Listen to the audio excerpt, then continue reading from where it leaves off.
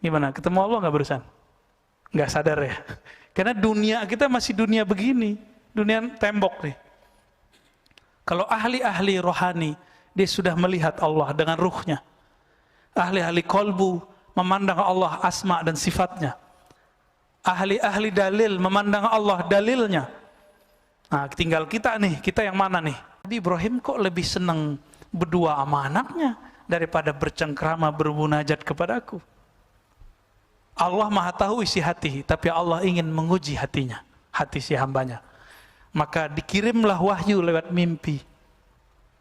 Karena Nabi Ibrahim di alam sadarnya sibuk dengan anaknya, maka dikirimlah wahyu lewat mimpi. Apa itu?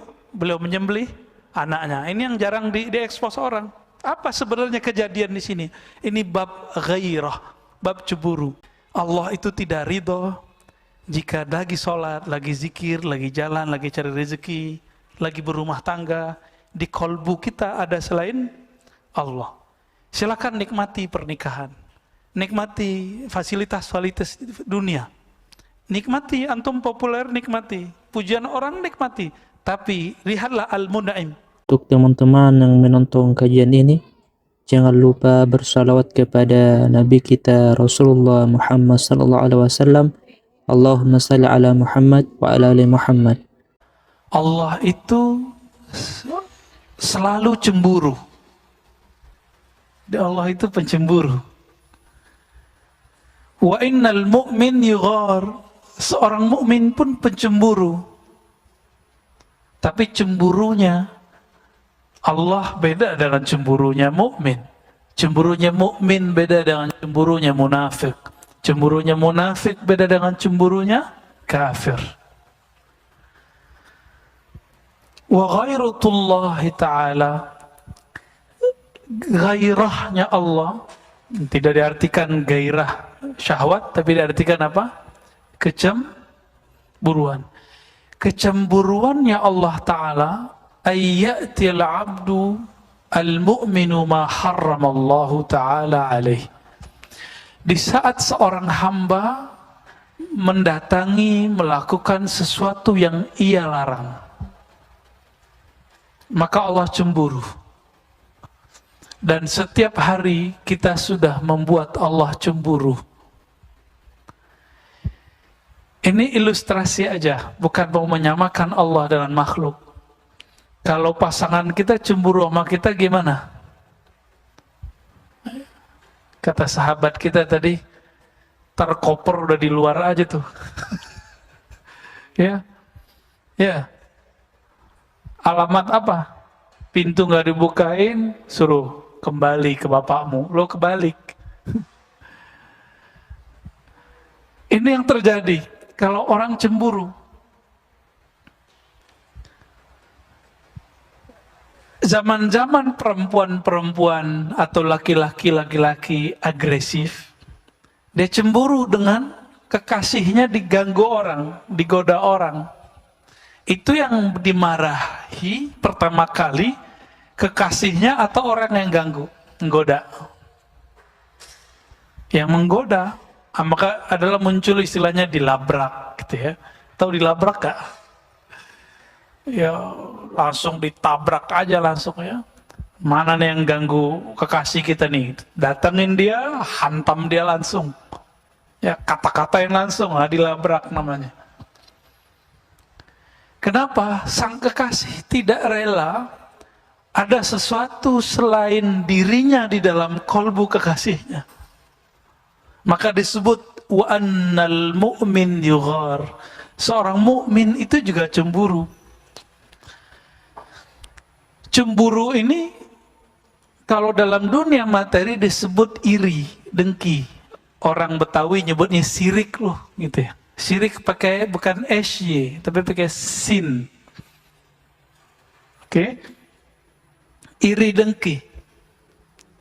Tapi beda dengan seorang mukmin. Mukmin itu cemburu jika ada simbol-simbol kemuliaan Allah dan Rasulullah, itu kemudian orang mainkan sesukanya. Cemburu ketika masjid sepi, mall zaman corona kok masih rame. Masjid kok mau ditutup? Kalau masjid tutup, kita demo. Itu mall tutup dulu. Orang kena COVID di mall, tapi kenapa masjid yang ditutup? Kita sudah pakai prokes semua, ya. Udah pakai masker. Yang kaya kan yang jualan masker. Antum yang usaha masker udah ngerasain deh. Ada orang udah rapi pakai prokes, kena juga. Ada yang abrakan kayak antum ini. Alhamdulillah aman-aman aja. Rahasia Allah. Ini bukan mau meremehkan protokol kesehatan, bukan. Ini fakta yang kita lihat di luar, benar nggak? Kita ngelihat setiap hari, Pak. Mata kita nggak bisa bohong. Hati kita nggak bisa berdusta. Maka dzabal fuadu marah. Kira-kira begitu ungkapan dalam Al-Quran. Hati nggak pernah bohong. Tapi berita gencarnya lebih kenceng dari mata yang memandang. Lebih banyak daripada yang kita dengar. Akhirnya kita percaya-percaya aja memberita, ya kan? Betul ada, tapi nggak separah itulah. Innallaha yughar, Allah cemburu. Ini karena teksnya banyak, saya pilihkan mana yang relevan untuk malam ini. Masih ingat kisah Sayyidina Ibrahim Al-Khalil disuruh menyembelih anaknya? Masih ingat gak? Nabi Ibrahim itu gelarnya Al-Khalil. Apa arti Al-Khalil? Khullah. Khullah itu teman dekat. Teman dekat. Yang teman ini nggak mau menduakan temannya. Pernah nggak masa kecil, masa remaja, teman kita berteman dengan orang lain, cemburu di hati? Pernah nggak? Jadi cemburu itu bukan masalah cinta aja. Juga ada masalah persahabatan. Seorang guru cemburu. Nah, ini bahasa bagusnya. Cemburu muridnya berguru ke guru yang lain. Masih positif. Kalau sudah ada intrik negatif, namanya iri dengki. Dan Imam Bukhari adalah korban yang paling sharih, paling jelas dalam sejarah ahli hadis. Jadi Imam Bukhari masuk ke kota Naisapur, diuji 100 orang, satu hadis dibolak-balik. Beliau bereskan semua hadis itu. Disitulah beliau didaulat menjadi doktor hadis oleh Imam Muslim. Apa kata Imam Muslim? Anta tabibul hadis wa ilali. Engkau adalah dokternya hadis yang bisa memperbaiki, mengembalikan kerusakan dalam sanad-sanad hadis. Itulah dokter pertama dalam dunia Islam. Kata tabib. Saya tanya ke orang Arab, kamu nyebut doktor PhD dengan tabib dokter sama nggak? Sama aja. Teman kita di Malaysia, jiran, itu nyebut dokter sama aja. Kita dipanggil dokter, untung saya nggak lama-lama, ntar dikira dokter gigi kali ya. Ternyata Dr. Fuad Jabali, salah satu dosen di UIN, itu pernah cerita. Ada orang kena luka tetangganya, datang ke rumah dia. Pak dokter, obatin saya. Ya belum bengong, lo maksud kamu apa? Saya ini dokter, bukan dokter gitu. Nah ini di bahasa Indonesia emang dibedakan. Nah, sahabat kita di Jiron, saya tanya kok mirip. Dokter, ya, dokter, misalnya gitu ya. Di kampung saya juga sama Pak Dokter, sama ya. Nyampe di sini jadi dok. Beda dikit kaf sama G, gawat tuh. Imam Bukhari sowan ke gurunya, namanya Muhammad Az-Zuhli. Muhammad Az-Zuhli ini orang baik, orang pinter, salah satu murid Imam Ahmad, sama dengan Imam Bukhari, tapi lebih senior. Apa kata beliau? Isma'u min hadzal ghulamis salih. Silakan kamu berguru, berdengar ya. apa isma'u, ya bergurulah. Sedangkan kamu berguru kepada anak soleh ini, pemuda soleh ini, berarti Imam Zuhli ini senior, Imam Bukhari junior, tapi akalnya soleh, hafalannya bagus. Apa kata Imam Muslim? Ternyata Bukhari lebih mengerti ilmu jerawan hadis, disebut ilmu ilal, ilmu paling susah sedunia. Ya, dalam ilmu hadis yang pakar itu nggak banyak. Saya pernah ngajar kitab ilal, tapi saya mengakui itu ilmu paling sulit. Syarah ilal Imam Ibn Rajab Al-Hanbali terhadap Imam At-Tirmizi. 2 semester kita ngajar di Ma'had Darus Sunnah khusus hadis. Itu saribet, sarumit. Hadisnya kayak kelihatan sahih. Ternyata ketika diteliti lebih jauh, ada problem di dalamnya. Rumit hadisnya. Kayak bapak ini kan kelihatan sahih nih, sehat. Pas dicek, medical check up, loh ada penyakitnya. Ahli hadis yang bisa melakukan medical check up hadis, ini namanya ahlu ilal. Ahli ilal. Ilal penyakit yang tidak tampak dalam hadis. Maka istilah hadis itu kan istilah kedokteran lama, bukan kedokteran modern. Sahih, hadis yang sehat. Dulu Imam Syafi'i menyebutnya saqim. Saqim itu hadis berpenyakit. Sekarang disebut dhaif, lemah. Dulu namanya saqim, Pak. Ya. Ini sekedar memori belajar hadis, ya. Ilmu hadis itu ilmu alat, bukan ilmu tujuan. Bukan ilmu maksud. Kebanyakan orang terjebak, dikira kalau udah belajar hadis sudah belajar segala-galanya. Enggak. Belajar hadis itu supaya nanti kalau belajar fikih punya perangkat dalil. Belajar akidah tahu dalil. Belajar ilmu tasawuf, ilmu qalbu tahu dalil. Tapi boleh nggak saya langsung ke fikih? Boleh. Kalau nggak kuat ngafalin dalil, nggak usah belajar hadis, Pak. Imam Syafi'i mengatakan, yang ingin kuat dalilnya, falyatlubul hadis, maka belajarlah hadis. Bukan ilmu hadis, belajar riwayat hadis. Yang dipelajari di pesantren itu baru mustalahul hadis. Di UIN, Universitas Islam Negeri, di Al-Azhar, bahkan di Madinah, itu mereka belajar mustalah hadis.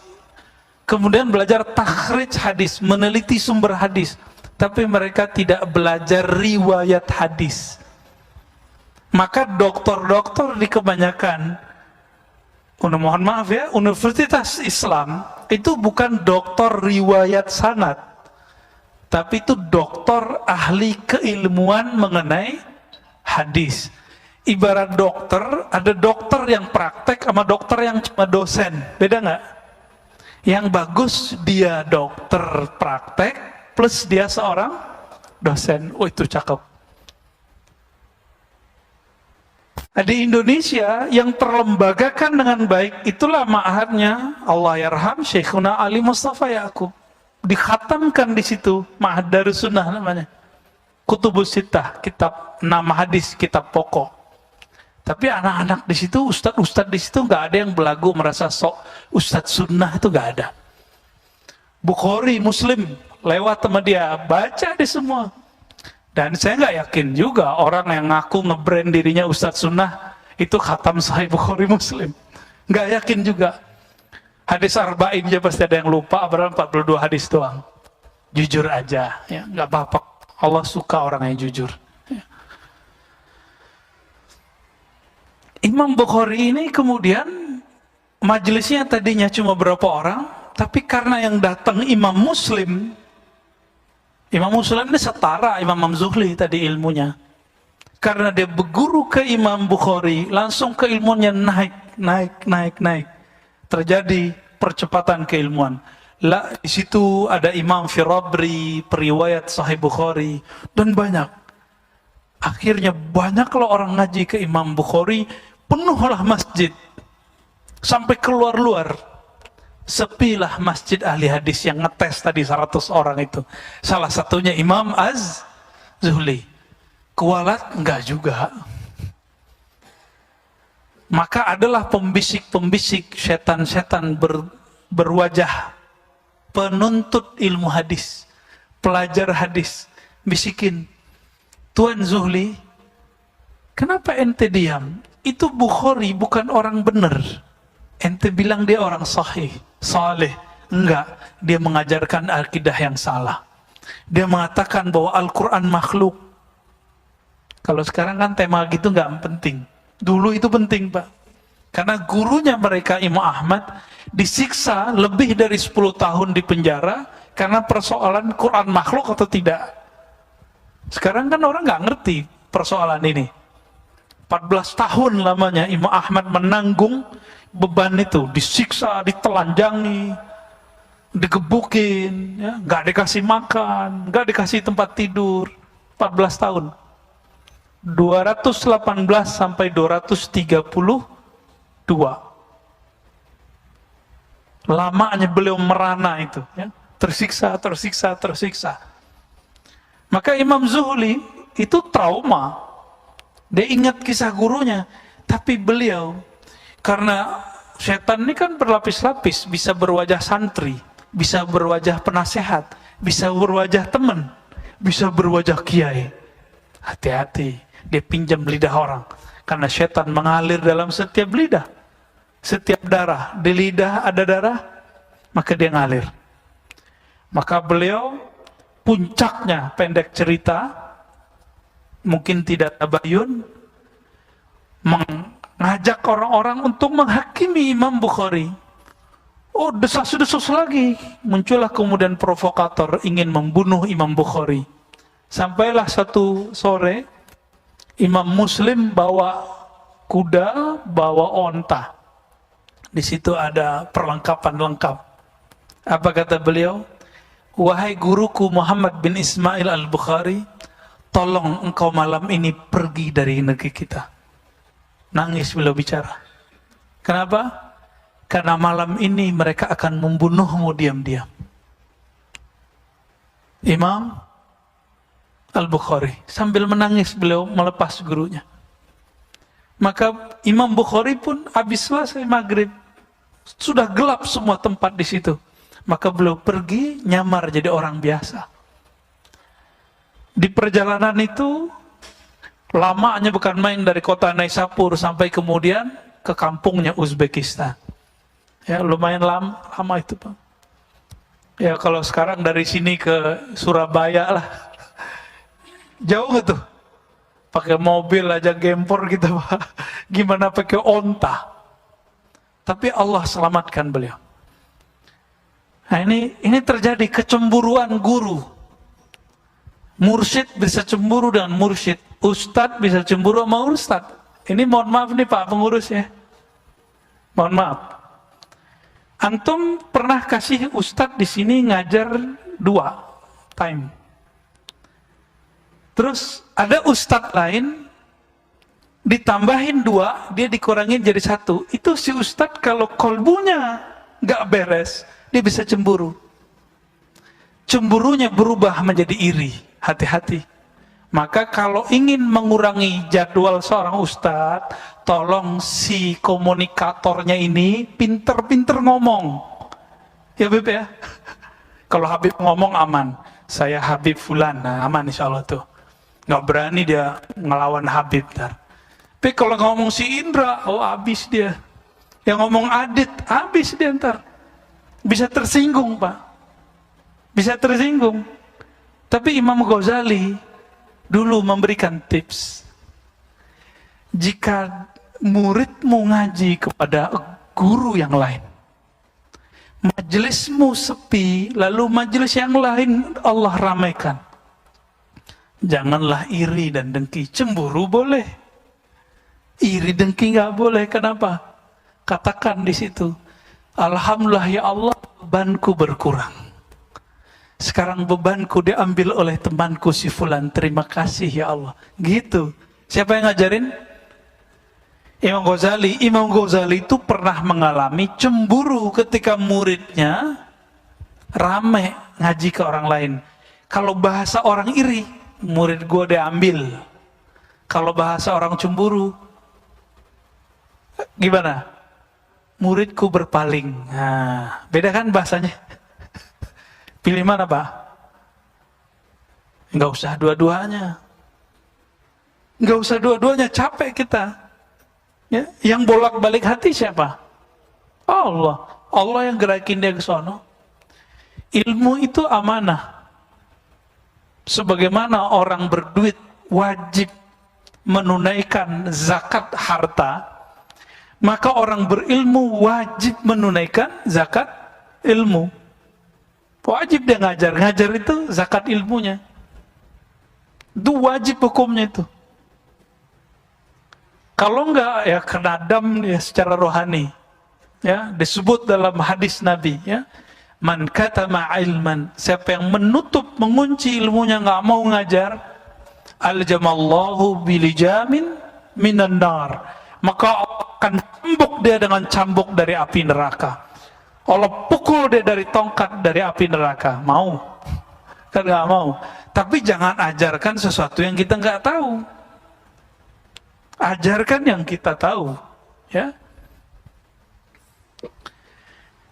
Karena kita ini tahu, diberitahu dan diajarkan oleh guru, Allah beritahunya lewat guru, maka kita wajib bersyukur, berterima kasih kepada guru. Karena ilmu ini milik Allah, jika ada orang selain kita ngajar ilmu yang sama, boleh iri nggak? Ya suka-suka Allah dong. Kan Allah maunya ilmunya diajarkan oleh si fulan, diminati oleh kelompok fulan, nggak apa-apa. Tapi kan sekarang orang nggak mau, dia kalau semanhaj nih, nah, dia ngerasa si temannya ini nggak punya otoritas. Kenapa dia ngajar? Kan yang ahli saya. Ente jangan ngajar itu, aneh aja ngajar ini. Nah, ini hati-hati nih. Imam Ghazali udah jauh-jauh hari bilang, kalau masih satu manhaj, satu aliran, satu kelompok, bisa iri Pak, setan bisa masuk. Kalau udah beda faham, beda kelompok, bahasanya lebih dahsyat. Kalau sealiran ngomongnya apa? Ente tamatan mana? Berani ngajar-ngajar kitab ini, gitu. Tapi kalau ada beda aliran, syubhat tuh. Dia iri. Ada orang ngaji kepada Syekh Fulan, maka Syekh Fulan itu disebut sesat, ahli bid'ah, supaya jamaah lari kepadanya. Hati-hati loh ya, itu setan semua itu. Hati-hati. Nah, maka kecemburuan orang beriman itu positif. Orang beriman itu cemburu kalau orang nggak ngaji. Kalau masih ada aja orang ngaji, nggak apa-apa. Hatta bahkan ada teman kita hijrahnya nggak sejalan sama kita. Katakan dulu, terima kasih ya Allah, Engkau telah menghentikan dia dari keburukan-keburukan lamanya. Meskipun hari ini dia terjebak kepada kelompok yang menurut kita ekstrim kah, keras kah. Tapi kita doakan, semoga diri kita dan dirinya tidak terjebak kepada ekstremis. Kelompok teroris, keras-keras gak apa, mau dia 1000 kali bilang kita ahli bid'ah, mau 1000 kali dia bilang ente syubhat, gak apa-apa. Yang penting dia gak maksiat dulu deh gitu, ya. Gak apa-apa Pak, biarin aja. Nanti kan kolbunya sendiri akan membimbing dia. Imam Ghazali itu ditanya, kok ente sekarang jadi sufi Ghazali? Kan ente tadinya ahli usul fikih, ahli fikih. Faktanya hari ini coba lihat, orang-orang yang belajar fikih itu yang belum nyampe ngajinya, itu anti sama ilmu tasawuf. Sama kitab-kitab beginian anti, ilmu zikir anti. Apalagi nggak ngerti fikih tasawuf. Ya, bisa-bisa bilang, itu kitab syubhat. Syubhat emang ada istilah kitab syubhat? Ada nggak? Dalam literatur keislaman namanya kitab syubhat. Apalagi ustadz syubhat. Ya salam. Syubhat istilah apa yo? Syubhat itu istilah halal haram, antara keduanya disebut syubhat. Yang remeng-remeng gak jelas antara halal haram dan syubhat. Ini istilahnya udah gak bener. Tapi gak apa-apa. Dia mau ngaji juga gak apa-apa. Nanti kolbunya Pak. Apa kata Ghazali? Qala Ibnu Abbas. Ibnu Abbas berkalam. Al ilmu lillah wa ya'bal ilmu illa lillah. Ilmu itu milik Allah. Dan Allah itu cemburu jika ilmunya ini digunakan, diarahkan bukan untuk Allah sendiri. Maka coba lihat, orang-orang liberal, kalau dia jago baca kitab, pasti dia kembali ke kitab, kembali ke pesantren. Orang-orang ekstrim, atau dia kaku belajar agamanya, jika dia memang tulus, ya Allah saya ingin dekat kepadamu, pasti Allah bimbing ketemu orang-orang yang awalnya ketemu yang keras dulu. Biar terasa tersentuh oleh ilmu kitab-kitab Risalah Kusyairiyah, Al-Hikam, ilmu zikir, ilmu kolbu. Kadang Allah buat kita bertamasya dulu ke aliran-aliran yang agak keras. Biar pernah merasakan kalau kita ngelihat orang masuk masjid itu kayaknya syubhat tuh, bid'ah tuh. Ya. Nanti kita rindu, Pak. Kayaknya bukan ini nih, risalah Rasulullah bukan ini. Awalnya curiga, karena kecurigaan adalah separuh keilmuan. Ya, curiga. Jadi kita mencurigai, benar nggak ini yang saya pelajari ini? Antum curiga dengan ilmu yang antum pelajari itu separuh ilmu. Separuh ilmu. Jadi harus bertanya, ini benar nggak sih kitab Risalah Kusyairiyah yang saya ajarkan? Boleh dicoba. Ya nggak apa-apa. Dipertanyakan aja. Nanti kolbu kita akan membimbing ketemu guru-guru. Kan kolbu itu langsung Allah. Apa kata Nabi? Ini rahasia. Kolbunya manusia, ini ilustrasi tapi bukan begini hakikatnya. Antara jari-jari Rahman. Allah kan maha suci dari benda. Allah maha suci dari anggota tubuh. Ini cuma menunjukkan ilustrasi bagaimana mudahnya Allah bolak-balik. Ya, gini doang ya, terserah Allah lah.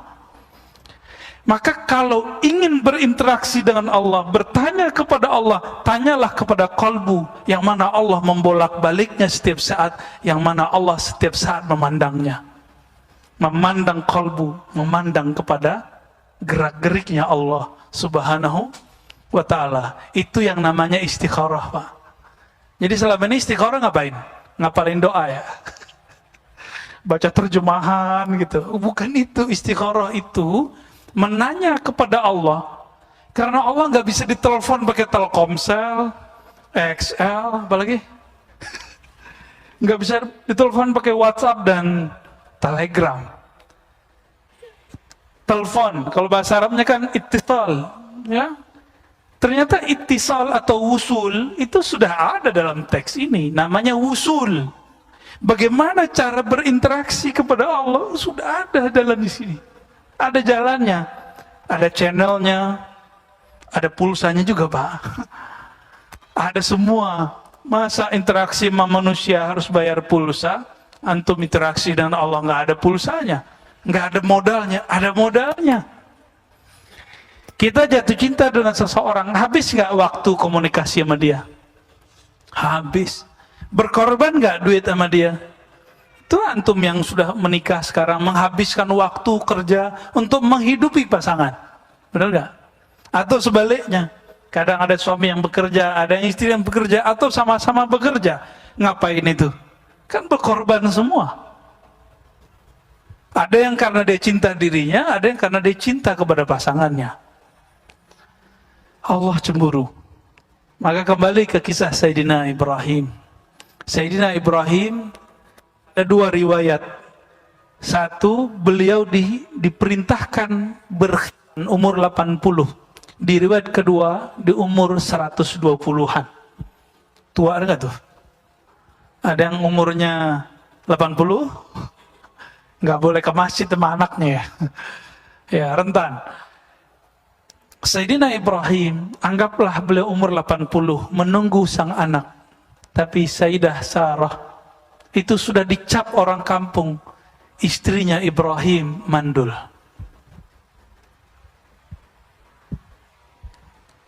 Tapi Allah berkehendak lain.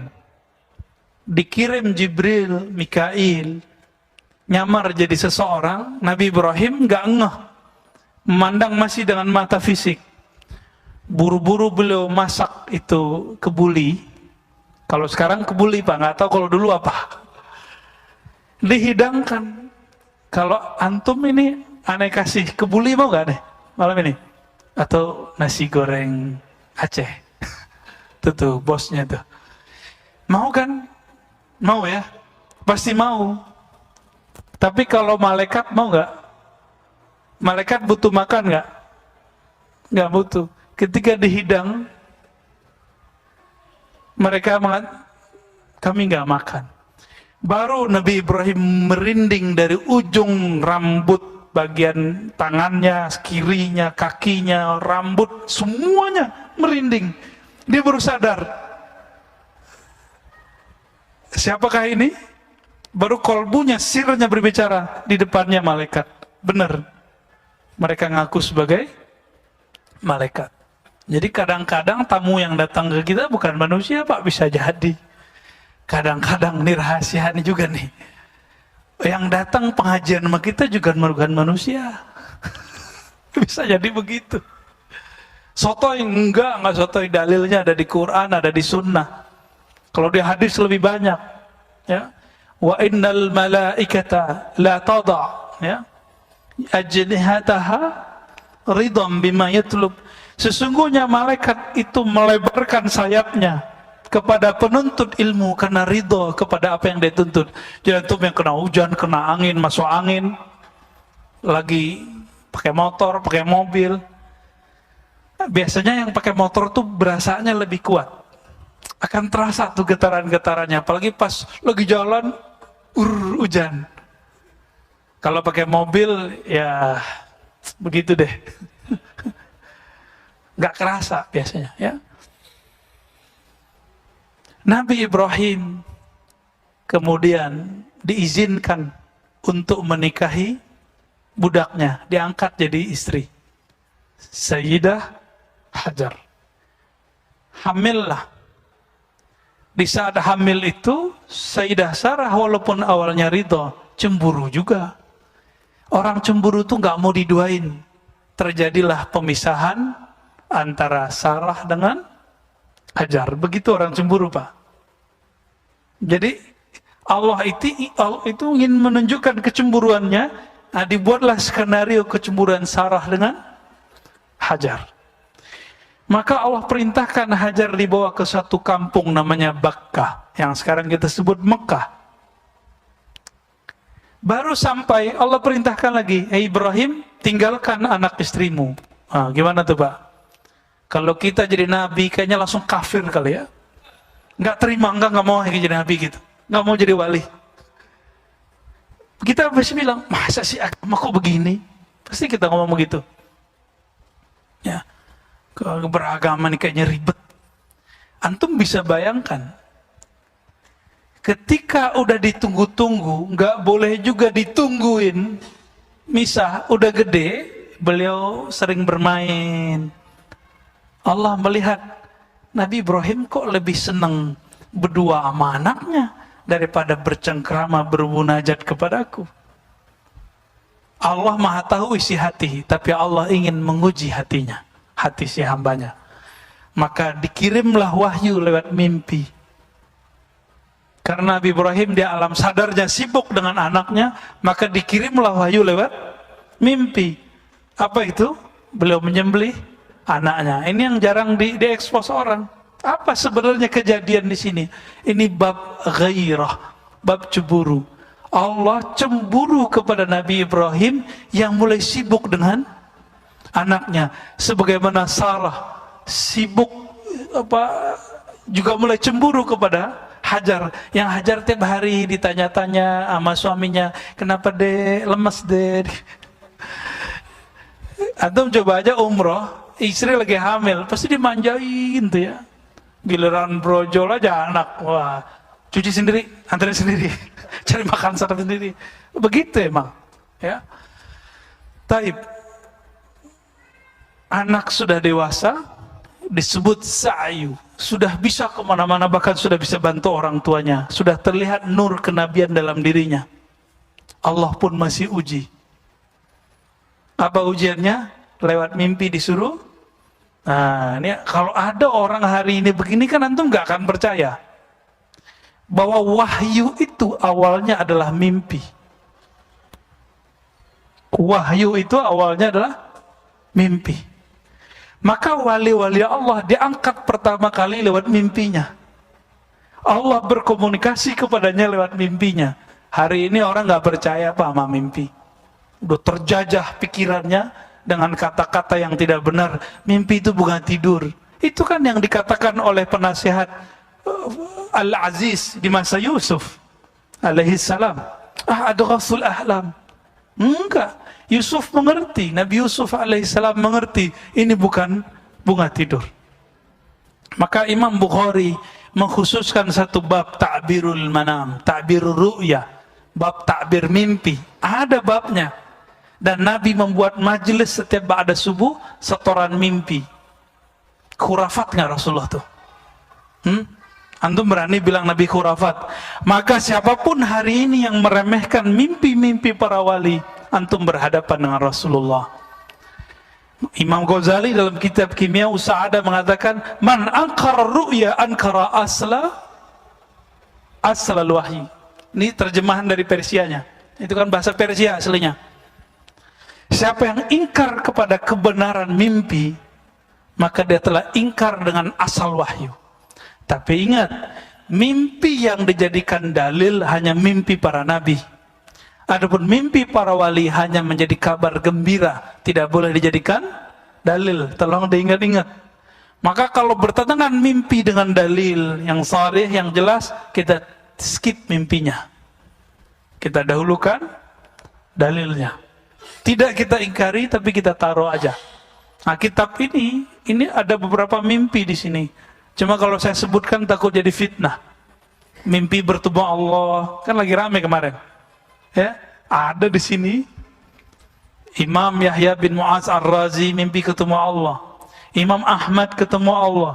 Imam Fulan ketemu Allah dalam mimpi. Kalau Nabi nyuruhnya gimana? Engkau beribadah seakan-akan melihat Allah. Melihat ketemu gak tuh? Khusyuk. Apa itu khusyuk? Alladzina yazunnuna annahum mulaku rabbihim. Orang-orang yang mengira bahwa dia bertemu Rabbnya. Ketemu juga. Gimana? Ketemu Allah gak barusan? Gak sadar ya? Karena dunia kita masih dunia begini. Dunia tembok nih. Kalau ahli-ahli rohani, dia sudah melihat Allah dengan ruhnya. Ahli-ahli kolbu, memandang Allah asma dan sifatnya. Ahli-ahli dalil, memandang Allah dalilnya. Nah, tinggal kita nih, kita yang mana nih? Mau sampai mati, begini aja. Harus mulai Pak, minimal ahli kolbu. Ya, minumkan nama Allah itu ke dalam kolbu. Namanya banyak, ada Allah, ada Rahman, ada Rahim. Bacalah di kolbu kita. Maka kita akan memandangnya, tapi lewat namanya. Itu lumayan. Meninggal pakai nama Allah, masuk surga. Meninggal, masuk surga Pak, insya Allah. Karena Allah lihat, oh ada namaku, aman. Allah gak cemburu lagi. Nabi Ibrahim disuruh nyembelih anaknya. Jadi nggak penyembelihan itu? Enggak, itu Allah uji aja. Ketika hendak sudah selesai, udah siap, udah diasah, biar nggak lama-lama nanti ngoroknya, udah ditaruh di atas jabin, ya. Apa yang terjadi? Wahyu turun lagi. Maka wahyu syariat itu nggak boleh sesuka Nabi. Tapi kalau wahyu hakikat, wahyu rohani, wahyu ilmu masuk ke dalam diri seorang nabi, itu bisa kapan saja dan bahkan setiap saat. Detik per detik itu bisa masuk. Namun kalau wahyu syariat, nabi nggak bisa jawab sesukanya, mesti lewat Jibril. Begitu otoritasnya Allah berikan. Apa wahyunya? Ganti pakai domba. Allah itu cemburu sama kita. Apa kata Nabi? Bukanlah kefakiran, bukanlah syirik yang aku khawatirkan terhadap kalian. Apa yang Allah khawatirkan? Ketika dunia meliputi kalian. Benar ya? Antum jujur aja. Sholat 10 menit kebut-kebutan. Ya, benar. Coba main handphone kebut-kebutan nggak? Berangkat kerja awal-awal biar kena macet. Mana ada orang begitu di dunia? Awal-awal masuk ke masjid jam 3. Nggak ada, Pak. Merebut masjid juga belum bangun. Jam 3 itu. Nggak ada orang. Allah cemburunya bukan main.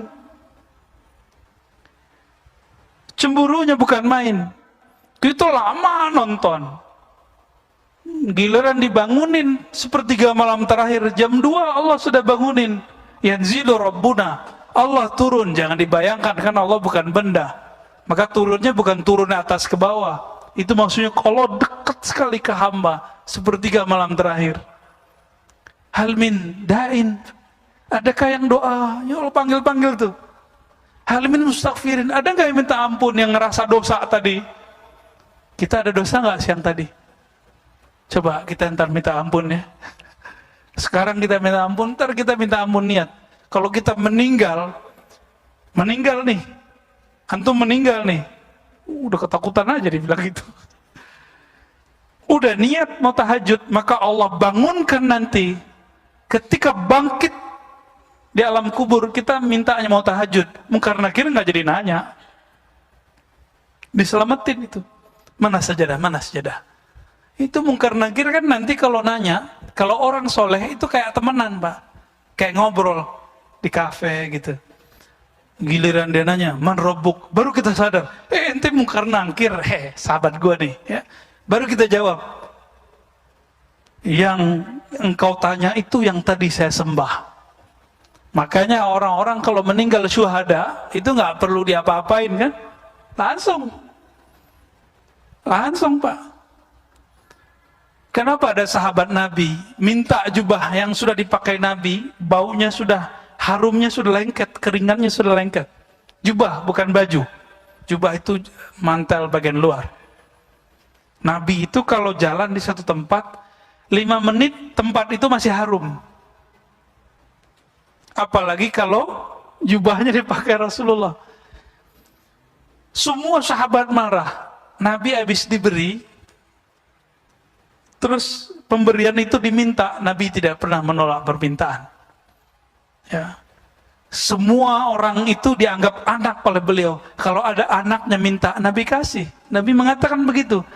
Saya ini kepada kalian seperti orang tua kepada anak-anaknya. Begitu Rasulullah membahasakan kepada sahabat. Ada nggak guru yang begitu, Pak? Nggak kuat. Maka menjadi guru rohani itu nggak ada yang kuat. Saya nggak kuat. Maka saya nggak terima baiat talqin, cuma bimbingan zikir. Kalau baiat saya nggak berani. Nggak ada yang sanggup. Mau 1000 ijazah zikirnya kita nggak sanggup membaiat orang. Kenapa? Baiat itu resikonya adalah menanggung jiwa murid, menanggung nasib murid dunia akhirat. Ada yang sanggup. Jadi kepada pencari ijazah kemursyidan, saya ingin kasih tahu untuk diri saya sendiri dan kita semua, gak usahlah nafsu menjadi mursyid, menjadi syekh. Itu berat sekali, berat ya.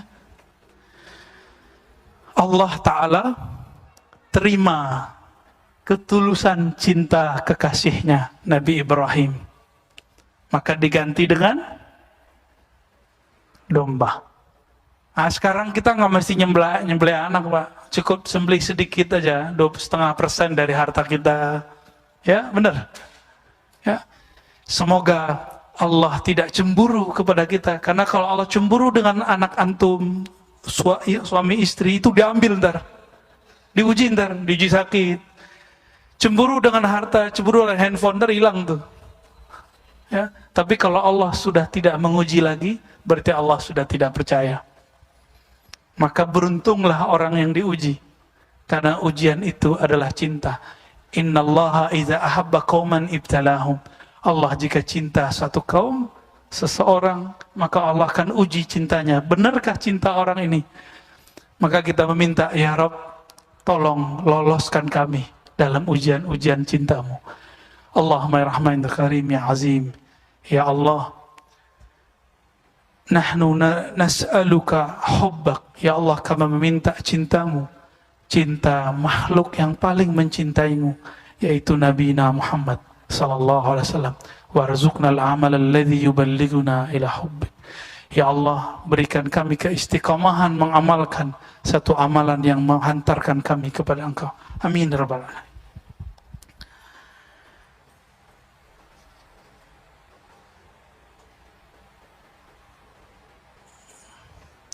Satu kali Imam Shibli mendengar ada orang berzikir ribuan kali malam hari. Imam Shibli ini murid Junaid.